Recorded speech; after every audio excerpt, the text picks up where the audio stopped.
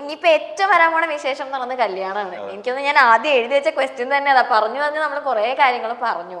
അപ്പൊ കല്യാണം എന്താ ആദ്യമേ നമ്മളെ കാണുമ്പോ ആദ്യമേ കല്യാണം അതാണല്ലോ എല്ലാരും ചോദിക്കുന്നത്. അതെ, ഇപ്പോ ഞാനൊരു കാര്യം പറയട്ടെ, ഇപ്പൊ രണ്ടുപേരുടെ പേഴ്സണൽ ലൈഫിൽ നമ്മൾ സോഷ്യൽ മീഡിയയിലൂടെ കാണിക്കുന്ന ഒരുപാട് കാര്യങ്ങളുണ്ടാവും. പക്ഷെ നമുക്ക് നമ്മുടെ പകുതിയിലധികം കാര്യങ്ങൾ സോഷ്യൽ മീഡിയയിലൂടെ കാണിക്കാൻ പറ്റില്ല. ഇപ്പൊ പാർവതിയുടെ ലൈഫിന്റെ ഉള്ളില് ഒരുപാട് കാര്യങ്ങളുണ്ട്. പക്ഷെ നമുക്കത് പബ്ലിക്കലി വന്ന് പറയാൻ പറ്റില്ല. ഹാപ്പി മൊമെന്റ്സ് മാത്രമായിരിക്കും നമ്മൾ ഷെയർ ചെയ്യുന്നുണ്ടാവുക. ഇപ്പൊ ഡോക്ടർക്ക് പെട്ടെന്ന് കല്യാണം എന്നുള്ളൊരു കാര്യം എല്ലാവരും ചോദിക്കാറുണ്ട് എൻ്റെ അടുത്ത്. ആൾക്ക് ഭയങ്കര തിടുക്കാണല്ലേ കല്യാണം എന്നുള്ളത്. അപ്പൊ ആളുടെ ലൈഫിൽ എന്താണെന്ന് വെച്ചിട്ടുണ്ടെങ്കിൽ ഒന്നാമത് 32 ഏജ് ആയി, പിന്നെ എന്തായാലും ഒരു പാർട്ട്ണർ വേണം എന്നുള്ളൊരു ആഗ്രഹമുണ്ട്, പിന്നെ അതല്ലാതെ കുറെ പേഴ്സണൽ ആയിട്ടുള്ള കാര്യങ്ങളുണ്ട്. അപ്പോൾ ആ ഒരു കാരണങ്ങൾ കൊണ്ടാണ് ആൾക്ക് ഒരാളും കൂടി കൂടെ ഉണ്ടെങ്കിൽ നമുക്ക് ഒരുമിച്ച് പോവാം. അതായത് കുറച്ച് മീൻസ് നമ്മുടെ പേഴ്സണൽ ആയിട്ടുള്ള കുറച്ച് ഇത് ഉണ്ടാവുമല്ലോ, നമുക്ക് കുറെ സ്ട്രഗിളും കാര്യങ്ങളൊക്കെ ഉണ്ട്. അപ്പൊ ആ ഒരു കാര്യങ്ങൾ ഷെയർ ചെയ്യാനും ഒരുമിച്ച് പോകാനും വേണ്ടിയിട്ടാണ് ഒരു പാർട്ട്ണർ വേണം എന്നുള്ളത് ഉണ്ടായിരുന്നത്. അല്ലാതെ ഓടിപ്പോയി ഇന്ന് കണ്ട് നാളെ ഓടിപ്പോയി കല്യാണത്തിനല്ല. അപ്പൊ നമ്മളൊരു ഇന്റർവ്യൂവിനെ കണ്ടിട്ടുള്ളതായിരുന്നു. അത് കഴിഞ്ഞിട്ട് പിന്നെ ഡോക്ടറിന്റെ പ്രൊപ്പോസൽസ് വീട്ടിൽ നോക്കുന്ന സമയത്ത് പാരന്റ്സ് പ്രൊപ്പോസൽസ് നോക്കുന്ന സമയത്ത് എൻ്റെ അടുത്ത് ചോദിക്കുകയാണ് ചെയ്തത്, എൻ്റെ വീട്ടിൽ ഇങ്ങനെ നോക്കുന്നുണ്ട്, ഇയാൾക്ക് താല്പര്യമുണ്ടോ, താല്പര്യം ഉണ്ടെങ്കിൽ നമുക്ക് നോക്കാം. ആ സമയത്ത് ഞാൻ ഈ പറഞ്ഞ പോലെ മൂവീസ് ചെയ്തിട്ടേ ഉള്ളൂ, ഒന്നും റിലീസ് ആയിട്ടില്ല. പിന്നെ അതുപോലെ എനിക്ക് ബിസിനസ് ഫിനാൻഷ്യലി സെറ്റിൽഡ് ആണെങ്കിൽ പോലും എനിക്കൊരു എക്സ്പെക്ടേഷൻ ഉണ്ടാവില്ല, ഈ ഒരു സ്റ്റേജിൽ എത്തിയിട്ടേ എനിക്ക് കല്യാണം എന്നുള്ളൊരു കാര്യം നോക്കാൻ പറ്റുള്ളൂ എന്നുള്ളൊരു ഇതുണ്ടല്ലോ. അപ്പൊ ഞാൻ ആളുടെ അടുത്ത് പറഞ്ഞൊരു ആദ്യം ഞാൻ കല്യാണത്തിന്റെ ഒരു കാര്യം വന്നപ്പോൾ കല്യാണം നോക്കുന്നുണ്ട് പറഞ്ഞപ്പോൾ ഞാൻ ആദ്യം ആ ടൈമിൽ എനിക്ക് നോക്കുന്നുണ്ടായിരുന്നില്ല, അതുകൊണ്ട് ഞാൻ അത് വേണ്ടാന്നായിരുന്നു പറഞ്ഞിട്ടുണ്ടായിരുന്നത്. അപ്പൊ എന്നോട് റീസൺ ചോദിച്ചപ്പോൾ ഞാൻ പറഞ്ഞു 2 റീസൺ ആയിരുന്നു. ഒന്ന്, നമ്മളൊരു ഇന്റർവ്യൂവിനെ കണ്ടിട്ടേ ഉള്ളൂ, നമുക്ക് ടൈം സ്പെൻഡ് ചെയ്യണം, നമുക്ക് കണക്ട് ചെയ്യാൻ പറ്റുന്നുണ്ടോ നോക്കണം, അത് ഒന്നാമത്തെ റീസൺ. രണ്ടാമത്തെ റീസൺ എന്ന് പറഞ്ഞാൽ കുറച്ചും കൂടി എനിക്ക് ഫിനാൻഷ്യലി ഒന്ന് സ്റ്റേബിൾ ആയിട്ട് മാത്രമേ കല്യാണത്തിലോട്ട് പോകാൻ പറ്റുള്ളൂ. അപ്പോൾ അത് ഞാൻ പറഞ്ഞ കാര്യങ്ങൾ ജെന്യുവൻ ആയിട്ട് ആൾക്ക് ഫീൽ ചെയ്തത് കൊണ്ട്. പക്ഷേ അതിൽ പ്രധാനപ്പെട്ട ഒരു കാര്യമുണ്ട്. എന്നെ ഇഷ്ടമാണോ എന്ന് ചോദിച്ചപ്പോ കല്യാണം കഴിക്കാൻ താല്പര്യം ഉണ്ടോ എന്ന് ചോദിച്ചപ്പോ അത് ഉണ്ട്, പക്ഷേ സമയം വേണമെന്നാണ്. ഇഷ്ടമുണ്ട് എന്ന് വെച്ചിട്ടുണ്ടെങ്കിൽ താല്പര്യക്കുറവില്ല. പക്ഷെ എനിക്ക് നമ്മുടെ രണ്ടുപേരും ക്യാരക്ടർ നമ്മൾ അറിഞ്ഞിട്ടില്ലല്ലോ, നമുക്ക് ആകെ ഒരു ഇന്റർവ്യൂവിൽ കണ്ടിട്ട് നമുക്കത് ഡിസിഷൻ എടുക്കാൻ പറ്റില്ല, ലൈഫ് ലോങ് കൂടെ വേണ്ട ഒരാളാണ്.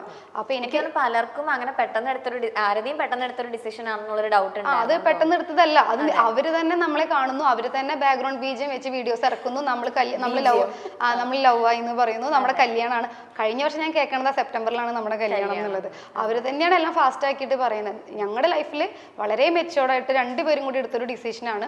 നമുക്ക് ആദ്യം ടൈം സ്പെൻഡ് ചെയ്യാം, നമുക്ക് കണക്ട് ചെയ്യാൻ പറ്റുന്നുണ്ടോ നോക്കാം, നമ്മുടെ ഇഷ്ടങ്ങൾ, നമ്മുടെ ആഗ്രഹങ്ങൾ, അല്ലെങ്കിൽ എൻ്റെ ഡ്രീംസിനെ സപ്പോർട്ട് ചെയ്യുന്ന ആളാണോ. എൻ്റെ ലൈഫിൽ ഏറ്റവും ലക്കായിട്ടുള്ള ഒരു കാര്യം എന്ന് പറയുന്നത് എൻ്റെ എല്ലാ കാര്യങ്ങൾക്കും സപ്പോർട്ട് ചെയ്യുന്ന ഒരാളാണ്. അത് ബിസിനസ് ആവട്ടെ, മൂവി ആവട്ടെ, എന്താണെങ്കിലും എല്ലാ കാര്യങ്ങൾക്കും സപ്പോർട്ട് ചെയ്യുന്ന ഒരാൾ. എനിക്ക് അതായിരുന്നു ഡൗട്ട്. കാരണം സത്യം പറഞ്ഞാൽ എൻ്റെ ഫ്രണ്ട് സർക്കിളിൽ തന്നെ ഒരുപാട് ആൾക്കാർ റിലേഷൻഷിപ്പിലായതിനു ശേഷം സ്ട്രഗിൾ ചെയ്യണ ഞാൻ കണ്ടിട്ടുണ്ട്. അതുകൊണ്ടാണ് മീൻസ് നമ്മൾ സംസാരിച്ച് തുടങ്ങുന്നുള്ള സമയത്ത് നമ്മൾ സംസാരിച്ച് കുറച്ച് ടൈം സ്പെൻഡ് ചെയ്തു, രണ്ടുപേർക്ക് അങ്ങോട്ടും ഇങ്ങോട്ടും ഞാൻ എൻ്റെ കുറച്ച് കാര്യങ്ങളൊക്കെ പറഞ്ഞു. അത് ആൾക്ക് ഓക്കെ, ജെന്യുവൻ ആയിട്ടുള്ള കുറച്ച് കാര്യങ്ങൾ പറഞ്ഞപ്പോൾ അതിന് വേണ്ടി ആൾ വെയിറ്റ് ചെയ്യാന്ന് പറഞ്ഞു.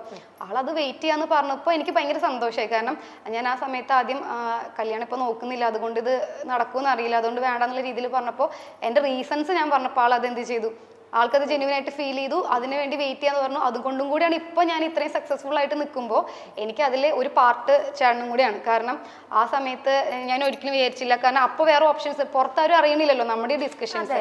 അത് ഞാൻ പറയുമ്പോൾ ആൾക്ക് ഓക്കെ, വീട്ടിൽ ആരാണോ വീട്ടിൽ ഒത്തിരി പ്രപ്പോസൽസ് ആ സമയത്ത് നടക്കുന്നതാണ്, അതിൽ ആരെങ്കിലും കല്യാണം കഴിച്ച് പോവാം.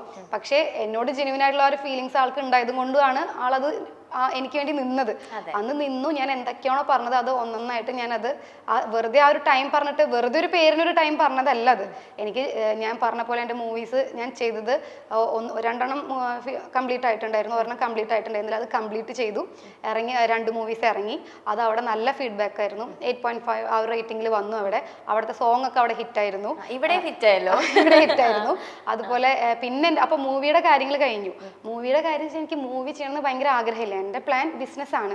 അപ്പോൾ നമുക്കറിയില്ലല്ലോ നമ്മുടെ ലൈഫിൽ റോബിൻ എന്ന് പറഞ്ഞ ഒരാൾ വരും, അല്ലെങ്കിൽ ഇങ്ങനെ ഒരു ഇത് വരും എന്ന് നമുക്കറിയില്ല. ആ സമയത്ത് അച്ഛൻ പോലും ചോദിച്ചു എങ്ങനെയല്ലേ ഒരു ഇന്റർവ്യൂവിൽ അത് ചെയ്യാൻ പെട്ടെന്ന്. പക്ഷെ നമ്മൾ നമ്മുടെ സമയം എടുത്ത് സംസാരിച്ച് ഇത്രയും കാര്യങ്ങൾക്ക് ശേഷം നമ്മൾ ഇങ്ങനെ ഡിസിഷനിൽ എത്തി.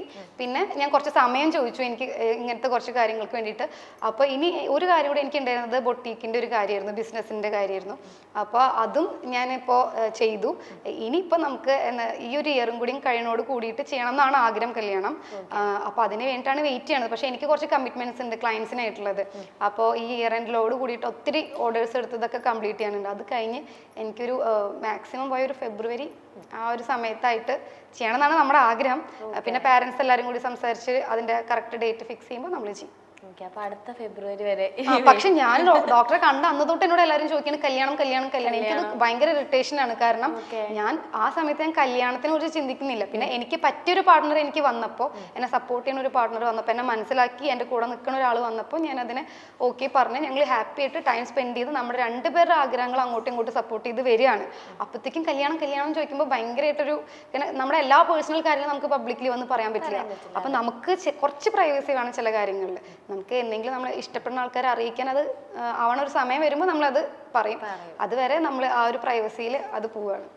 അപ്പൊ എന്തായാലും ഒരു ഫെബ്രുവരി മാർച്ച് ഏപ്രിൽ മാക്സിമം അതിന്റെ ഉള്ളിലായിട്ട് നോക്കണം എന്നാണ് ആഗ്രഹം. ഫെബ്രുവരി മാർച്ച് ഏപ്രിൽ ഇനി ഇടയ്ക്കിടെ കാര്യം ചോദിക്കേണ്ട ആ സമയമാകുമ്പോഴേക്കും ഇവര് തന്നെ അതിന്റെ ഇടയിൽ ഇവര് തന്നെ പറഞ്ഞ് നമ്മൾ പിരിഞ്ഞു പോയി അങ്ങനെ, അല്ലെങ്കിൽ ഇപ്പൊ അങ്ങനെ ഒന്നും ഇല്ല. നമ്മൾ നോക്കിയാൽ തൊട്ട് നമുക്ക് കുറച്ച് തെറ്റിദ്ധാരണകൾ ഉണ്ടായിരുന്ന സമയം ഉണ്ടായിരുന്നു സ്റ്റാർട്ടിങ്ങിൽ. കാരണം സ്റ്റാർട്ടിങ്ങിൽ നമുക്ക് പരസ്പരം അറിഞ്ഞു വരുന്ന സമയത്ത് നമ്മുടെ കൂട്ടത്തിലുള്ള ആൾക്കാർ തന്നെ വന്നിട്ട് അങ്ങോട്ടും ഇങ്ങോട്ടും കുറച്ച് തെറ്റിദ്ധാരണകൾ ഉണ്ടാക്കി തെറ്റിപ്പിരിപ്പിക്കാൻ നോക്കലൊക്കെ കണ്ടു. ക്യാപ്ഷനിൽ മിസ്അണ്ടർസ്റ്റാൻഡിംഗ് വരെ വ്യക്തമായിട്ട് എഴുതിയിട്ടുണ്ട്. ഉണ്ടല്ലേ. അപ്പോ അങ്ങനെ കുറച്ച് സംഭവം ഉണ്ടായിരുന്നു. പക്ഷെ അത് ഞങ്ങൾ പരസ്പരം ഇരുന്ന് സംസാരിച്ചുകൊണ്ട് ഇപ്പൊ ഇത്രയും ഓഡിയൻസ് പല കാര്യങ്ങളും കാണുമ്പോൾ അത് വിശ്വസിക്കുന്ന ആൾക്കാരുണ്ടോ, നമുക്ക് എല്ലാവരുടെ അടുത്ത് പോയി തിരുത്താൻ പറ്റില്ല. പക്ഷെ ഞാൻ കൂടെ ഉള്ള ഒരാളായതുകൊണ്ട് പല കാര്യങ്ങളും എൻ്റെ അടുത്ത് ഇരുത്തി എനിക്കത് പ്രൂവ് ചെയ്ത് കാണിച്ചു തന്നു. അതുകൊണ്ട് എനിക്കത് മനസ്സിലാക്കാൻ പറ്റും. ഞാൻ പലപ്പോഴും ആലോചിക്കാറുണ്ട്, ബിഗ് ബോസിന്റെ അകത്താണെങ്കിൽ നമ്മൾ ചെയ്യുന്ന കാര്യങ്ങൾ 24/7 അറ്റ്ലീസ്റ്റ് കുറച്ച് കാര്യങ്ങൾ എന്ത് ചെയ്യും, ഇതാണ് ശരി ഇതാണ് ഇതെന്നുള്ള ഓരോ കാര്യങ്ങൾ അറിയാൻ പറ്റും. അപ്പൊ ഞാൻ ആലോചിച്ചിട്ടുണ്ട്, ദൈവമേ ഈ ഒരു പുറത്ത് നടക്കുന്ന ഈ ഒരു സംഭവം എവിടെയെങ്കിലും ഇതൊക്കെ റെക്കോർഡ് ചെയ്ത് വെക്കുകയാണെങ്കിൽ, യഥാർത്ഥത്തിൽ ഓരോരുത്തരുടെ ലൈഫിൽ എന്തൊക്കെയാണ് നടക്കുന്ന കാര്യങ്ങളൊക്കെ റെക്കോർഡ് ചെയ്ത് ആരെങ്കിലും ഈ ബിഗ് ബോസ് പോലെ കാണിക്കായിരുന്നെങ്കിൽ ആരുടെ ഭാഗത്താ ശരി ആരുടെ ഭാഗത്താ തെറ്റെന്നുള്ള ക്ലിയർ ആയിട്ട് എന്ത് ചെയ്യാൻ പറ്റും, ഇതിപ്പോ ഞാൻ കൂടെ ഉള്ള ആളായതുകൊണ്ട് എനിക്ക് ലൈവായിട്ട് ഓരോ കോൾസ് വരുന്നതും വിളിച്ച് പ്രൊവോക്ക് ചെയ്യണതും എല്ലാ കാര്യങ്ങളും എനിക്ക് ലൈവായിട്ട് കാണാൻ പറ്റും. അപ്പോൾ കുറച്ചുകൂടി ഇപ്പൊ എൻ്റെ ഒരു അഭിപ്രായം കേട്ടോ ഞാൻ പറയണത്, ഇപ്പൊ ബിഗ് ബോസ് എന്ന് പറഞ്ഞൊരു പരിപാടി ലോകമെമ്പാടും കാണുന്ന ആൾക്കാരാണെങ്കിലും ഈ ഒരു ജനറേഷനിൽ അത് കാണുന്നത് കുറച്ച് മീൻസ് നമ്മൾ ലൈഫായിട്ട് ഭയങ്കര ബിസി, നമുക്ക് 24/7 ഒന്നും എനിക്ക് ഞാൻ അങ്ങനെ കാണാറില്ല. അപ്പോൾ എനിക്ക് തോന്നുന്നു നമ്മളെല്ലാവരും നമ്മുടെ ലൈഫിൽ ബിസി ആയതുകൊണ്ട് അങ്ങനെ കാണാത്തൊരു വിഭാഗം ആളുകളും കൂടി ഉണ്ട്.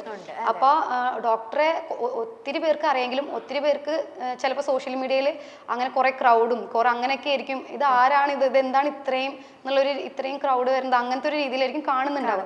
പിന്നെ അവർ കാണുന്നത് ഇങ്ങനത്തെ ഇഷ്യൂസ് ആണ്. അപ്പൊ ഇഷ്യൂസിൽ ആള് റിയാക്ട് ചെയ്യുന്ന ആളുടെ റിയാക്ഷൻ വെച്ചിട്ടായിരിക്കും ഒത്തിരി പേര് ആളുടെ പേഴ്സണാലിറ്റി ജഡ്ജ് ചെയ്യുക. കാരണം ഇതെന്താണ് ഇങ്ങനെ പബ്ലിക്കിൽ കിടന്ന് കുറെ ഇഷ്യൂസ് ഒക്കെ ഉണ്ടായിരുന്ന സമയത്ത് അത് വെച്ചിട്ട് ജഡ്ജ് ചെയ്യും. ഇഷ്യൂസും റിയാക്ഷനും വെച്ചിട്ട് ജഡ്ജ് ചെയ്യാൻ പറ്റത്തുള്ളൂ, അത് അത്രേ പറ്റുള്ളൂ. കാരണം അവർ പുറമെന്ന് കാണുന്ന ഓഡിയൻസ് ആണ്. പക്ഷെ അതിന്റെ പുറകിൽ കുറച്ച് പ്രൊവോക്ക് ചെയ്യുന്ന കാര്യങ്ങളും അതിന്റെ ഉള്ളിൽ അവർ ഫേസ് ചെയ്യുന്ന കാര്യങ്ങളുണ്ട്. അത് ഞാൻ ലൈവായിട്ട് കാണുന്ന ആൾ. അപ്പൊ നമുക്ക് വരുന്ന ഫോൺ കോൾസും എത്രത്തോളം ഇറിറ്റേറ്റ് ചെയ്യണം എന്നുള്ളതും എല്ലാം ഞാൻ ലൈവായിട്ട് കാണുന്ന ആളാണ്. അപ്പോൾ ഇപ്പൊ ഞാനാണെന്നുണ്ടെങ്കിൽ കുറച്ചുകൂടി കാമായിട്ടുള്ള ആളാണ്. ചിലപ്പോൾ ഞാൻ എത്ര എന്നെ കുത്തി നോവിച്ചാലും ഞാൻ റിയാക്ട് ചെയ്യില്ല. ഇപ്പൊ എൻ്റെ കാര്യത്തിൽ തന്നെ ഇവരുടെ ഒരു പാർട്ടിലേ ഇല്ലാത്ത ഒരാളായിട്ട് പോലും ഒത്തിരി എന്നെ വലിച്ചേച്ചിട്ടിട്ടും ഞാൻ എവിടെയും വന്ന് ലൈവിൽ വന്നിട്ടോ അല്ലെങ്കിൽ അവർക്ക് മറുപടി ആയിട്ട് തിരിച്ചു വരാൻ നിന്നിട്ടില്ല. ഞാൻ ആകെ റിയാക്ട് ചെയ്ത 2 സംഭവം എന്ന് വെച്ചിട്ടുണ്ടെങ്കിൽ റോബിൻ ചേട്ടനെ പറഞ്ഞപ്പോൾ എയർപോർട്ടിൽ വെച്ച് പറഞ്ഞതും പിന്നെ ഒരു ഇനോഗ്രേഷന് പോയപ്പോൾ പറഞ്ഞത് ഞാൻ പറയണമെന്ന് വിചാരിച്ച് തന്നെ പറഞ്ഞതാണ്. കാരണം എൻ്റെ കാര്യങ്ങളിൽ ഞാൻ ക്ലാരിറ്റി കാര്യങ്ങളും എനിക്ക് കൊടുക്കണമെന്നില്ല. കാരണം എനിക്ക് ഇവരാരും അല്ല. സീരിയസ്ലി ഞാൻ ഒറ്റയ്ക്ക് വന്ന് എന്നെ ഒറ്റയ്ക്ക് സ്ട്രഗിൾ ചെയ്ത് ഒറ്റയ്ക്ക് ഞാൻ നേടിയ കുറേ കാര്യങ്ങൾ ഇപ്പോഴും ആ കാര്യങ്ങളിലായിട്ട് ഞാൻ എൻ്റെ കാര്യങ്ങളായിട്ട് പോകും. റോബിൻ ചേട്ടൻ്റെ കാര്യത്തിൽ എനിക്ക് പറയണം തോന്നിയ 2-3 കാര്യങ്ങളാണ് അന്ന് ഞാൻ സംസാരിച്ചത്. അത് ഞാനാ ലൈവായിട്ട് കണ്ടിട്ടുള്ളൂ. ഓരോരുത്തർ വിളിച്ച് എത്രത്തോളം പ്രൊവോക്ക് ചെയ്തു. അപ്പോൾ ഞാനാണെങ്കിൽ ചിലപ്പോൾ ഞാൻ റിയാക്ട് ചെയ്യില്ല, ഞാനത് സഹിച്ച് പിടിച്ചാണ്. പക്ഷേ റോബിൻ ചേട്ടനെ പറഞ്ഞിട്ടുണ്ടെങ്കിൽ എല്ലാ സൈഡിൽ നിന്നും അറ്റാക്ക് വരികയാണ്, എല്ലാ സൈഡിൽ നിന്നും കോൾസ് വരികയാണ്. അപ്പോൾ അത്രയും നമ്മൾ ഫേസ് ചെയ്യുമ്പോൾ ഓരോരുത്തർ ഷോർട്ട് ടെമ്പേർഡ് ആണ്, അപ്പോൾ റിയാക്ട് ചെയ്ത് പോകും. അപ്പോൾ ആദ്യമൊന്നും അറിയില്ലായിരുന്നു, മീൻസ് അങ്ങനെ റിയാക്ട് ചെയ്ത് കയ്യിൽ നിന്ന് പോയ കുറച്ച് സംഭവങ്ങൾ ഉണ്ടായിട്ടുണ്ട്. അപ്പോൾ അതൊക്കെ ബാക്ക്ഗ്രൗണ്ട് ഇത്രയും ഇഷ്യൂസ് നടക്കുമ്പോഴാണ് അങ്ങനെ വരുന്നത്. ഇപ്പൊ പക്ഷെ ആ പരിപാടിയെ നിർത്തി, റിയാക്ഷൻ നിർത്തി. കാരണം ഞാൻ പറഞ്ഞ ഒരു പെർസെൻറ്റേജ് ഓഡിയൻസ് മൊത്തം ഈ ഇഷ്യൂസിലൂടെയും ഈ റിയാക്ഷനിലൂടെയാണ് കാണുന്നത്. അപ്പൊ എല്ലാവർക്കും ഭയങ്കര ഓക്വേർഡ് ആയിരിക്കും, ഇത് എന്താ ഇങ്ങനെ ചെയ്യുന്നത്. ഇപ്പൊ എൻ്റെ ഫ്രണ്ട്സിൽ തന്നെ ചില ആൾക്കാരാണ് പറഞ്ഞിട്ടുണ്ട് അത് എന്ത് ഇങ്ങനെ ചെയ്യുന്നത്. ഞാൻ പറഞ്ഞു അത് നിങ്ങൾ ആ റിയാക്ഷനെ കാണുന്നുള്ളൂ, അതിന്റെ പുറകിൽ നടക്കുന്ന കാര്യങ്ങൾ നിങ്ങൾ കാണുന്നില്ല, അത് ഞാനാ കാണുന്നത്. അപ്പോൾ അതിൻ്റെതായ കാരണങ്ങളുണ്ട്. ഞാൻ പറയണ പോലെ നമുക്ക് എല്ലാ കാര്യവും ഒന്നും പറയാൻ പറ്റില്ല. അപ്പോൾ അങ്ങനെ ഒരു കാര്യങ്ങളുണ്ട്. അതുകൊണ്ട് അതുകൊണ്ടാണ് അങ്ങനെ ചെയ്തിരുന്നത്. പക്ഷെ ഇപ്പൊ അതും നിർത്തി. ഇപ്പോഴും എല്ലാവരും ഓരോരുത്തരും പാർവതി എവിടെയെങ്കിലും, ഇപ്പൊ പാർവതി ഇപ്പൊ നമ്മൾ ഇന്റർവ്യൂ ചെയ്യുമ്പോൾ നമ്മുടെ എല്ലാ കാര്യങ്ങളും ഓൾമോസ്റ്റ് ഒന്ന് നോക്കൂലോ. അപ്പോൾ ഏതെങ്കിലും ഒരു ഇന്റർവ്യൂവിൽ ആള് വന്ന് ഡോക്ടർ വന്നിരുന്നിട്ട് ആരെങ്കിലും ഏതെങ്കിലും കണ്ടസ്റ്റൻസിനോ അല്ലെങ്കിൽ ഏതെങ്കിലും ഒരാളേനെ നെഗറ്റീവായിട്ട് പറയണതോ സംസാരിക്കണതോ കണ്ടിട്ടുണ്ടോ? ആളുടെ ലൈഫായിട്ടാണല്ലോ പോയിരുന്നത്. പക്ഷെ ഇത്രയും ആളുകൾ തിരിച്ച് വെറുതെ ഒരു ആവശ്യമില്ലാതെ വന്നിട്ട് പറഞ്ഞിട്ട് പോണത് ഞാൻ ആലോചിക്കാറുണ്ട്. എന്തിനാണ് ഇത്രയും ദേഷ്യം? ഒരു ഗെയിം ഷോ കഴിഞ്ഞിട്ടും ഇത്രയും വൈരാഗ്യം എന്തിനാണ് ആളുകൾ ഉള്ളിൽ വെക്കണതെന്ന് പലപ്പോഴും ഞാൻ ചിന്തിച്ചിട്ടുണ്ട്. പിന്നെ ചിന്തിച്ചിട്ട് അതിനുള്ള മറുപടി കിട്ടാത്തതുകൊണ്ട് ഞാൻ ആ ചിന്ത വിട്ടു. ഇപ്പൊ ഞാൻ എൻ്റെ കരിയറും ആളുടെ കരിയറും നോക്കിക്കൊണ്ടിരിക്കുകയാണ്. പിന്നെ നമ്മളാണെങ്കിലും കുറച്ച് ഇമ്മച്ചുവറായിട്ട് ചെയ്ത കുറച്ച് കാര്യങ്ങളുണ്ട്. നമ്മൾ ചില കാര്യങ്ങൾ ഭയങ്കര പ്രൈവസി വെക്കണം. അല്ലെങ്കിൽ എന്താ ഉണ്ടാവുക വെച്ചാൽ നമ്മൾ എല്ലാ കാര്യങ്ങളും പറയുമ്പോൾ അത് മുടക്കാനും ഒത്തിരി ആൾക്കാർ ഉണ്ടാവും. അതുകൊണ്ടാണ് ഇപ്പൊ സൈലന്റ് ആയിട്ട് എല്ലാ കാര്യങ്ങളും ചെയ്യുന്നത്. എൻ്റെ കാര്യങ്ങൾ പണ്ട് പോയ പോലെ ആള് ഇപ്പൊ ഭയങ്കര ബുദ്ധിപരമായിട്ട് എല്ലാ പണ്ടും ചെയ്യുന്നുണ്ടായിരുന്നു. പക്ഷെ വിശ്വസ്തതയിൽ ഒത്തിരി ആളുകൾ വന്നിട്ട് കുറേ പണി തന്ന് പോയിട്ടുണ്ടായിരുന്നു. ഇപ്പൊ അതിൽ നിന്നൊക്കെ ഇപ്പോൾ കുറേ പാഠങ്ങളെല്ലാം പഠിച്ച് സമാധാനമായിട്ട് പോവുകയാണ്. അപ്പം നമ്മുടെ കല്യാണം, നമ്മുടെ കാര്യങ്ങളെല്ലാം ഇങ്ങനെയാണ്, അല്ലാതെ ഇത് വേറെ ഇഷ്യൂസ് ഒന്നും ഉണ്ടായിട്ടല്ല. ബിഗ് ബോസ് മലയാളത്തിൽ ഏറെ ശ്രദ്ധിക്കപ്പെട്ട ഒരു മത്സരാർത്ഥിയായിരുന്നു ഡോക്ടർ റോബിൻ രാധാകൃഷ്ണൻ. ഷോയ്ക്കകത്തും പുറത്തും റോബിൻ ഒരുപോലെ വൈറലായി. പിന്നീട് ഉദ്ഘാടന വേദികളിലും തിളങ്ങുന്ന താരമായി. ഒരിക്കൽ റോബിന്റെ അഭിമുഖം എടുക്കാൻ അപ്രതീക്ഷിതമായി എത്തിയ അവതാരകയും യുവ സംരംഭകയുമായ ആരതി പൊടിയുമായുള്ള പ്രണയം ഇപ്പോൾ വിവാഹത്തിലേക്ക് അടുക്കുകയാണ്. ഈ മാസം 16-ന് ഗുരുവായൂർ അമ്പലത്തിൽ വച്ചാണ് ഇരുവരുടെയും വിവാഹം. ദിവസങ്ങൾ നീണ്ടു നിൽക്കുന്ന ആഘോഷങ്ങളാണ് വിവാഹത്തോടനുബന്ധിച്ച് സംഘടിപ്പിച്ചിരിക്കുന്നത്. ഹൽദി ചടങ്ങുകളോടെയായിരുന്നു ആഘോഷങ്ങൾക്ക് തുടക്കം. ഇതിന്റെ വീഡിയോയും ചിത്രങ്ങളും സമൂഹ മാധ്യമങ്ങളിൽ വൈറലാവുകയാണ്. ആരതിയും റോബിനും ആഘോഷ തുടക്കത്തിന്റെ ചിത്രങ്ങൾ സോഷ്യൽ മീഡിയയിലൂടെ പങ്കുവച്ചിട്ടുമുണ്ട്. കല്യാണ ചടങ്ങുകളും ആഘോഷങ്ങളും തനിക്ക് തന്നെ സർപ്രൈസ് ആണെന്നും അതൊക്കെ പ്ലാൻ ചെയ്യുന്നത് മറ്റുള്ളവരാണെന്നും റോബിൻ പറഞ്ഞു. 2 വർഷം നീണ്ടു നിൽക്കുന്ന ഹണിമൂണാണ് തങ്ങൾ പ്ലാൻ ചെയ്തിരിക്കുന്നതെന്നും റോബിൻ മുൻപ് പറഞ്ഞിട്ടുണ്ട്. 27-ൽ അധികം രാജ്യങ്ങളിലേക്കുള്ള യാത്രയായിരിക്കുമെന്നാണ് താരം അറിയിച്ചത്. ഓരോ രാജ്യങ്ങളിലും സന്ദർശിച്ചതിന് ശേഷം തിരിച്ചു വരും. പിന്നീട് 1-2 മാസങ്ങൾക്കകം അടുത്ത രാജ്യം എന്ന രീതിയിലായിരിക്കും യാത്രകൾ. ആദ്യം പോകുന്നത് അസർബൈജാനിലായിരിക്കുമെന്നും റോബിൻ പറഞ്ഞിരുന്നു. 2 വർഷം മുൻപ് ഫെബ്രുവരിയിലായിരുന്നു ആരതി പൊടിയും റോബിനും തമ്മിലുള്ള വിവാഹ നിശ്ചയം നടന്നത്. അന്നു മുതൽ ഇരുവരുടെയും വിവാഹം എന്നാകുമെന്നറിയാൻ കാത്തിരിക്കുകയായിരുന്നു ആരാധകർ. ബിഗ് ബോസ് ഷോ കഴിഞ്ഞ് പുറത്തിറങ്ങിയ റോബിനെ അഭിമുഖം ചെയ്തവരിൽ ഒരാളായിരുന്നു ആരതി പൊടി. ആ ടോക്ക് ഷോയിൽ വെച്ചാണ് റോബിനും ആരതിയും ആദ്യമായി കാണുന്നത്. അവിടെ തുടങ്ങിയ പരിചയമാണ് പ്രണയത്തിലേക്കും പിന്നീട് വിവാഹത്തിലേക്കും എത്തിയത്. പൊടീസ് എന്ന പേരിൽ ഒരു വസ്ത്ര ബ്രാൻഡും ആരതിക്കുണ്ട്.